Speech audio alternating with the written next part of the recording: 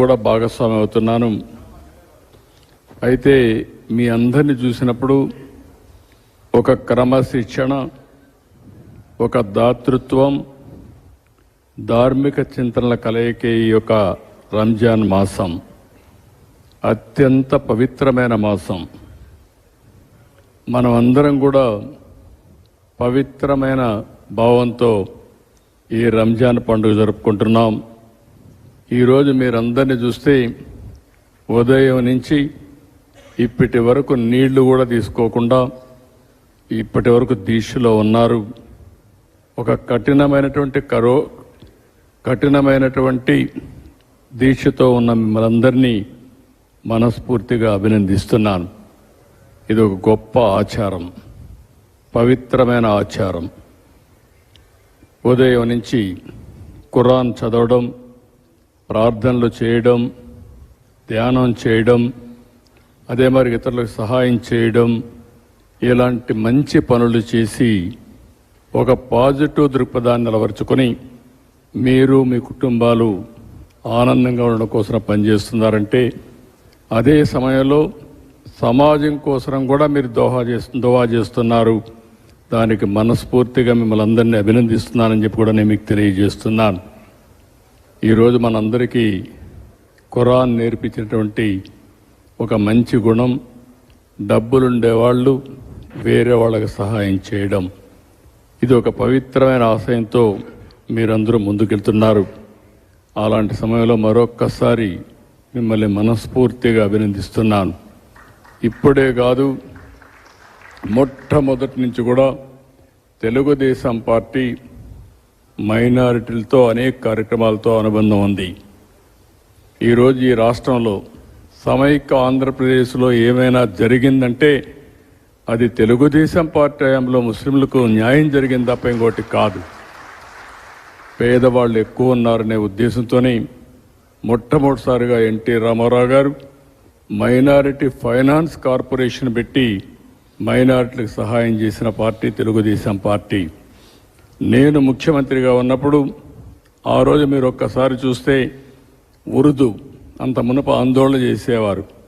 ఎన్నో ఆందోళన చేస్తే 13 జిల్లాల్లో సమైక్య ఆంధ్రప్రదేశ్లో ఉర్దూను రెండో భాష చేసిన పార్టీ తెలుగుదేశం పార్టీ అని చెప్పి కూడా నేను మీకు తెలియజేస్తున్నా. ఇదే కాకుండా హైదరాబాద్లో ఒకప్పుడు మక్కాకి వెళ్ళాలంటే బాంబేకి వెళ్ళేవాళ్ళు. అలాంటిది హైదరాబాద్లో బ్రహ్మాండమైన ఇక్కడే ఫరూక్ గారు ఉన్నారు. ఆ రోజు ఫరూక్ గారే మంత్రి, ఈరోజు ఫరూక్ గారే మంత్రి. ఆయన ఆధ్వర్యంలో ఆ రోజు బ్రహ్మాండమైన హాజ్ భవన్ కట్టాం. అదే మాదిరిగా ఏ ఆస్తులైతే వక్ఫ్ బోర్డు ఆస్తులు ఉన్నాయో అవన్నిటికీ ప్రత్యేకమైన కమిటీలు పెట్టి అవన్నీ కూడా పరిరక్షించిన పార్టీ తెలుగుదేశం పార్టీ అని చెప్పి కూడా నేను మీకు తెలియజేస్తున్నా. హైదరాబాద్లో ఉర్దూ యూనివర్సిటీ నేను ఉన్నప్పుడే తీసుకొచ్చాను. కర్నూలులో ఉర్దూ యూనివర్సిటీ నేనే తీసుకొచ్చాను. కడపలో మనం ఆజ్ హౌస్ కట్టాం. ఇక్కడ కూడా ఆజ్ హౌస్ ఫౌండేషన్ వేస్తే వీళ్ళు వచ్చిన తర్వాత కూడా తీసేసే పరిస్థితికి వచ్చారు. రంజాన్ తోఫా ఇచ్చాం.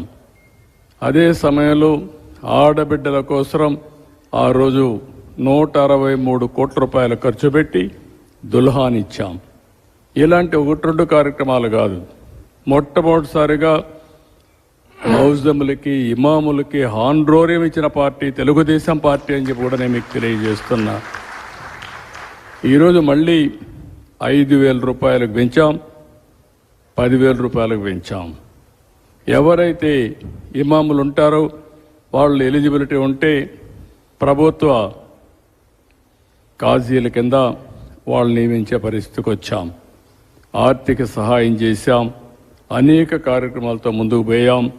ఈరోజు నేను ఒకటే మీకు తెలియజేస్తున్నా, ఈ సంవత్సరం బడ్జెట్లో మీరు ఒకసారి చూస్తే 5,000 కోట్ల రూపాయలు, 5,300 కోట్లు పెట్టాం. పోయిన సంవత్సరానికంటే 1,300 కోట్ల రూపాయలు ఎక్కువ పెట్టిన పార్టీ తెలుగుదేశం పార్టీ. అదే మాదిరిగా జీవో నెంబర్ 43 తీసుకొచ్చి వక్ఫ్ బోర్డుని లేనిపోని కాంట్రవర్సీలో పడేసే పరిస్థితికి వచ్చారు. దానివల్ల కోర్టుకు పోయి అసలు వక్ఫ్ బోర్డే పనిచేయకుండా ఉండే పరిస్థితి వస్తే ఈ ప్రభుత్వం వచ్చిన తర్వాత ఆ జీవోను రద్దు చేసి మళ్ళీ అందరితో వక్ఫ్ బోర్డు కాన్స్టిట్యూట్ చేశాం. ఆస్తులు కాపాడతాం. ఒకటే హామీ ఇస్తున్నా, మత సామరస్యాన్ని కాపాడమే కాకుండా మిమ్మల్ని అన్ని విధాలా పైకి తీసుకొచ్చే బాధ్యత తెలుగుదేశం పార్టీ తీసుకుంటామని కూడా మీ అందరికీ హామీ ఇస్తున్నాను. ఈ పవిత్రమైన మాసంలో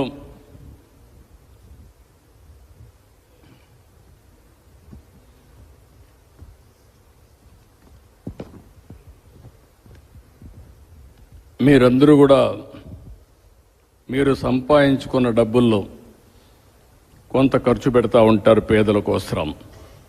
ప్రత్యేకంగా జకాత్ అనే కార్యక్రమం పెట్టుకొని ఈ జకాత్తో పేదలకు సహాయం చేసే గుణం ఉండే కమ్యూనిటీ ఈ ముస్లిం సోదరమండలి అని చెప్పి కూడా నేను మీకు తెలియజేస్తున్నాను.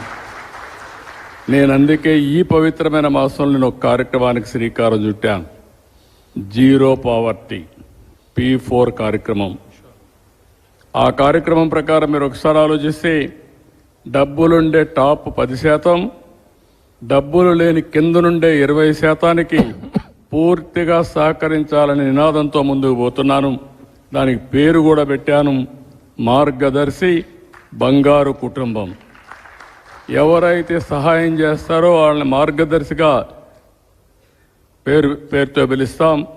ఏ కుటుంబానికైతే సహకారం అందిస్తామో బంగారు కుటుంబం అనే పేరు పెట్టి నేను ఒకటే ఆలోచిస్తున్నా. ఈరోజు ప్రభుత్వ విధానాల వల్ల P3 ఉంది. అంటే ఈరోజు మీరు ఒకసారి చూస్తే ప్రభుత్వం ప్రైవేట్ భాగస్వామ్యంతో ఆస్తులన్నీ వస్తున్నాయి. ఒక రోడ్డు, ఒక టెలికమ్యూనికేషన్, లేదంటే ఒక పవర్ ప్రాజెక్టు, ఇవన్నీ వస్తే మనకు వస్తువులు వస్తున్నాయి. కొంతమంది కోట్ల రూపాయలు సంపాదిస్తున్నారు. ఇంకా పేదవాళ్ళు ఉన్నారు. 3 పూట్ల సరైన తిండి లేకుండా, పిల్లలకు సరైన చదువు లేకుండా, ఆర్థిక అసమానతలతో జీవన ప్రమాణాలు కూడా సరిగా లేని పరిస్థితి. అందుకే నా జీవితంలో ఒకటే ఆలోచించాను, పేదవాళ్లతో నేను ఉండాలనేది నా జీవిత ఆశయంగా ఎంపిక చేసుకున్నా. అందుకనే మీరు చూసినప్పుడు జీరో పావర్టీ P4 అన్నాను. 100% పేదరికం నుంచి పేదవాళ్ళని పైకి తెచ్చే కార్యక్రమానికి శ్రీకారం చుడతాను. ఈ సంవత్సరమే 30వ తారీఖున ఈ కార్యక్రమాన్ని శ్రీకారం చుట్టి ముస్లిం సోదరులు ఎవరు పేదవాళ్ళున్నా వాళ్ళని అన్ని విధాలా పైకి తీసుకొచ్చే బాధ్యత ఈ ప్రభుత్వం నేను తీసుకుంటామని చెప్పి కూడా నేను మీకు తెలియజేస్తున్నా. ఈ రంజాన్ మాసంలో మీరు కూడా దువా చేయండి. మన అందరం కూడా బాగుండాలి, అందరం కూడా ఆర్థికంగా పైకి రావాలి. మీకు ఎప్పుడు నేను అండగా ఉంటాను. అన్ని విషయాల్లో మీతో కలిసి వస్తాను.